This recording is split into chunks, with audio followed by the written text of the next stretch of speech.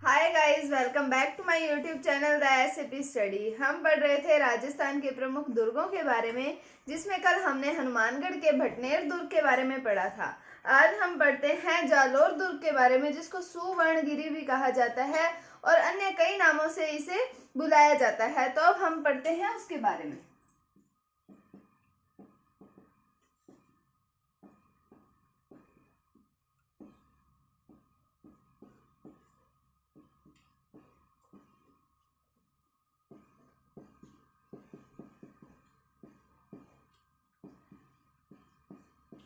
जब मैं आपको राजस्थान हिस्ट्री करवा रही थी, उसके अंदर मैंने आपको जालोर के चौहानों के बारे में पढ़ाया था। उसमें हमने जालोर के बारे में बहुत कुछ पढ़ा, जालोर दुर्ग के बारे में बहुत कुछ पढ़ा था।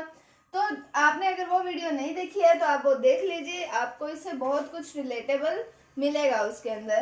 तो जालोर दुर्ग की बात करें तो जालोर का प्राचीन नाम हमने पढ़ा था, क्या होता है क्या था? जाबालीपुर। क्यों था जाबालीपुर? कि जाबाली ऋषि की कर्म भूमि होने के कारण इसका नाम था जाबालीपुर। बाद में नाम चेंज हुआ, जालोर पड़ा। क्यों पड़ा? क्योंकि यहाँ पर जाल वृक्षों की अधिकता पाई जाती थी। तो जाल वृक्षों की अधिकता के कारण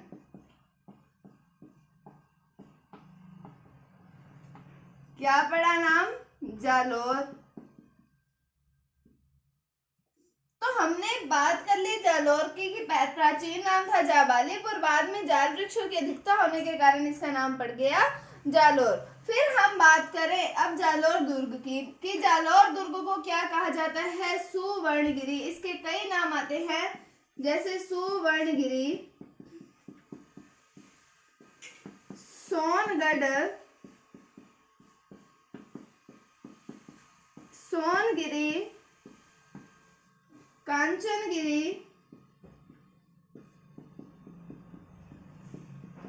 कनकाचल और आता है जालोर का किला। तो एग्जाम में इन सब में से किसी भी नाम से प्रश्न पूछा जा सकता है इसके बारे में कि सुवर्णगिरी, सोनगढ़, सोनगिरी, कांचनगिरी, कनकाचल, जालोर का किला, ये सब कहा जाता है किसको? जालोर दुर्ग को। कहाँ पर स्थित है? जालोर में स्थित है ये दुर्ग। अब हम बात करें जालोर दुर्ग के निर्माण की,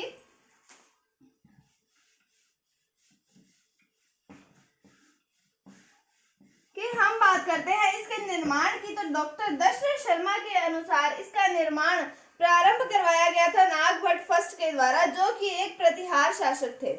किसके द्वारा? डॉक्टर दशरथ शर्मा के द्वारा कहा गया कि इस दुर्ग का निर्माण कार्य प्रारंभ करवाया गया नागभट्ट फर्स्ट के द्वारा, जो कि एक प्रतिहार शासक थे।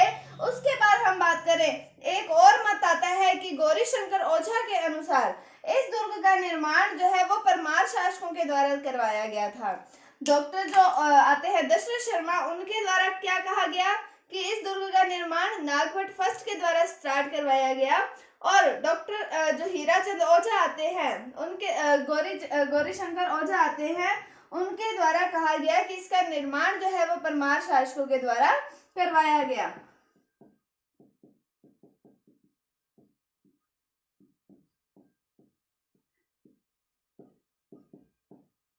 दशरथ शर्मा के अनुसार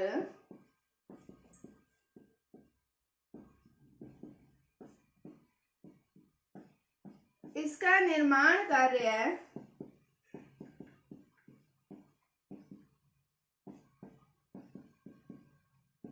नागभट्ट फर्स्ट इनके द्वारा करवाया गया। कौन है ये? एक प्रतिहार शासक थे।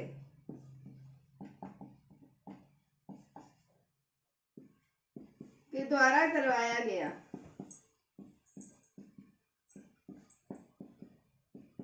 फिर हम बात करें कि डॉक्टर गौरीशंकर हीराचंद ओझा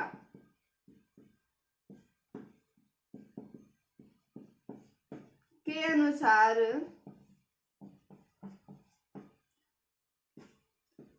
इसका निर्माण परमार शासकों के द्वारा करवाया गया।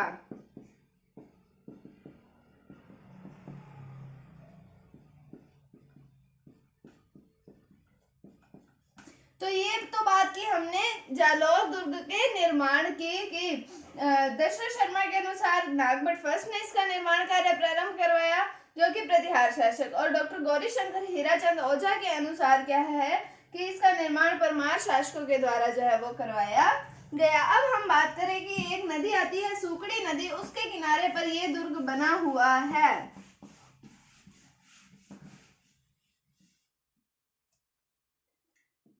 यह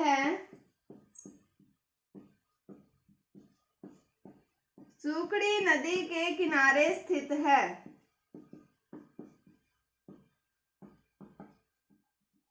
अब हम बात करें कि हसन निजामी ने इस दुर्ग के बारे में कुछ कहा है कि हसन निजामी ने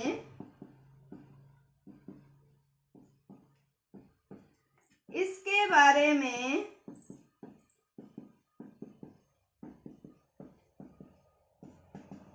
ताज उल मसीर, ये एक ग्रंथ आता है, इसके अंदर क्या कहा है, ये है एक ग्रंथ में कहा है कि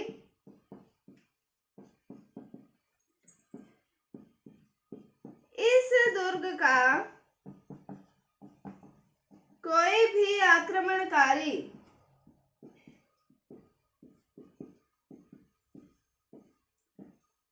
दरवाजा नहीं खोल सका।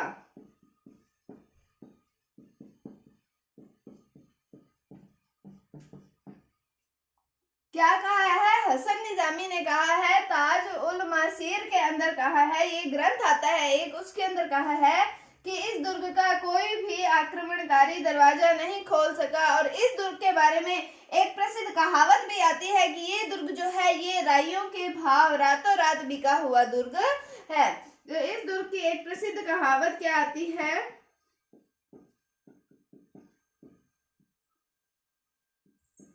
कि यह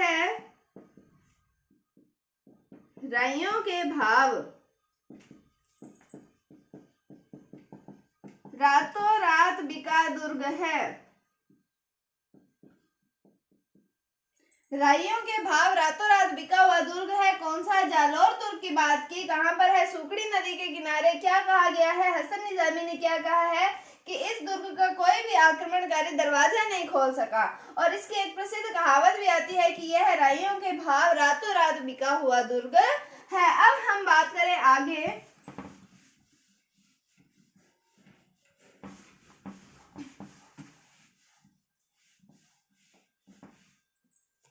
कि इस दुर्ग के अंदर संत मलिक शाह की जो है दरगाह है। इस दुर्ग में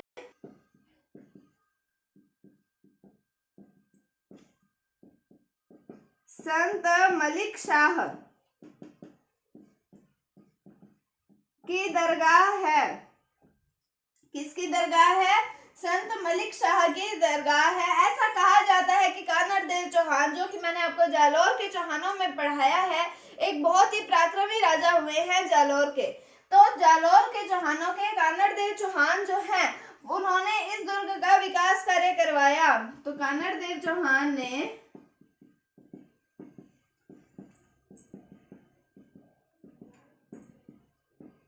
इस दुर्ग का विकास कार्य करवाया।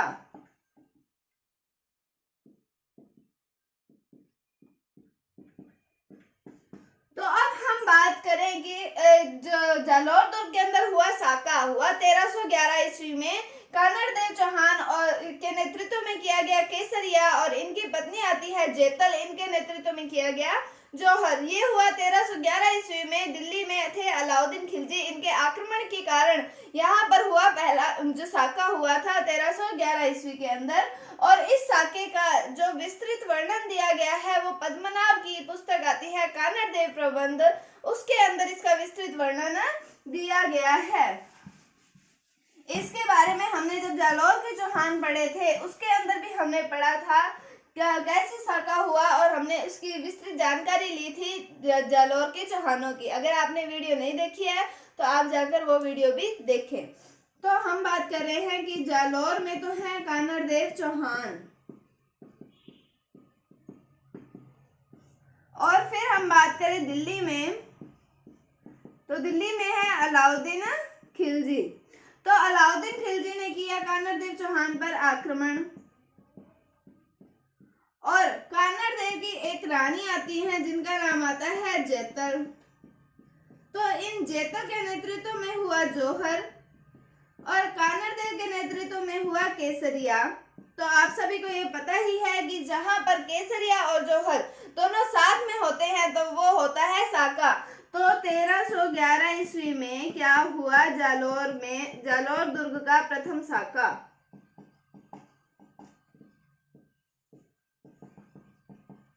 और मैंने आपको बताया कि इस साके के बारे में विस्तृत जानकारी हमें कहां से प्राप्त होती है, पद्मनाभ की पुस्तक आती है कानड़देव प्रबंध।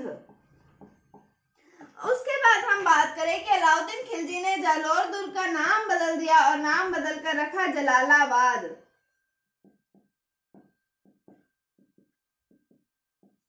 तो अलाउद्दीन खिलजी ने जालौर दुर्ग का नाम बदलकर क्या रख दिया, जलालाबाद। अलाउद्दीन खिलजी ने यहाँ पर फिरोजा मस्जिद का निर्माण करवाया,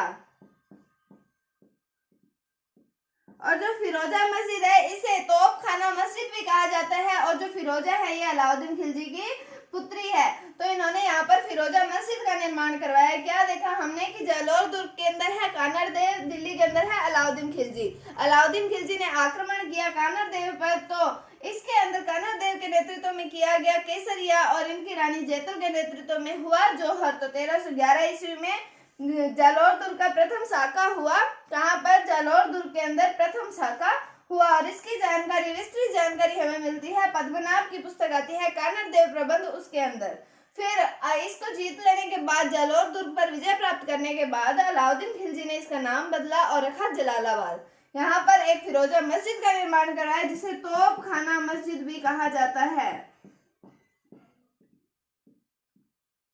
तो यहाँ पर मस्जिद का निर्माण करवाया गया अलाउद्दीन खिलजी के द्वारा।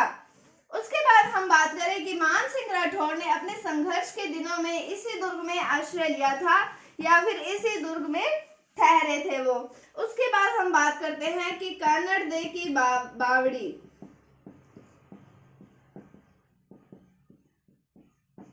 वीरमदेव की चौकी।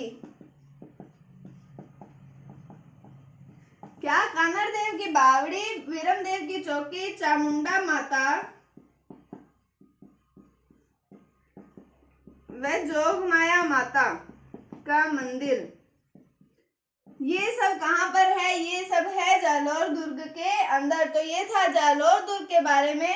कहाँ पर स्थित है, जालौर के अंदर स्थित है। क्या कहा जाता था, जालौर को पहले जवालीपुर कहा जाता था, जवाली ऋषि की कर्म भूमि होने के कारण। उसके बाद हमने बात की कि इसका नाम वापस जालौर पड़ा, और क्यों पड़ा, जाल वृक्षों की अधिकता के कारण। फिर हमने दशरथ शर्मा और डॉक्टर ओझा के अनुसार हमने इनके मत पढ़े थे कि इन्होंने क्या कहा है निर्माण कार्यों के बारे में। हमने आक्रमणों के बारे में पढ़ा कि कानड़देव पर आक्रमण हुआ, नाम बदला गया, साका हुआ 1311 ईस्वी में। हमने इसके अन्य नामों के बारे में भी पढ़ा, यहाँ पर क्या क्या कुछ बना हुआ है उसके बारे में भी पढ़ा। उम्मीद है आपको टॉपिक समझ आया होगा। अगर आपको इसमें कोई डाउट है तो आप कमेंट सेक्शन में पूछ सकते हैं। अगर आपको वीडियो थोड़ी सी भी अच्छी लगे तो इसे लाइक कीजिए, शेयर कीजिए, चैनल पर नए हैं तो इसे सब्सक्राइब जरूर कीजिए। Thank you, thanks for watching, bye bye.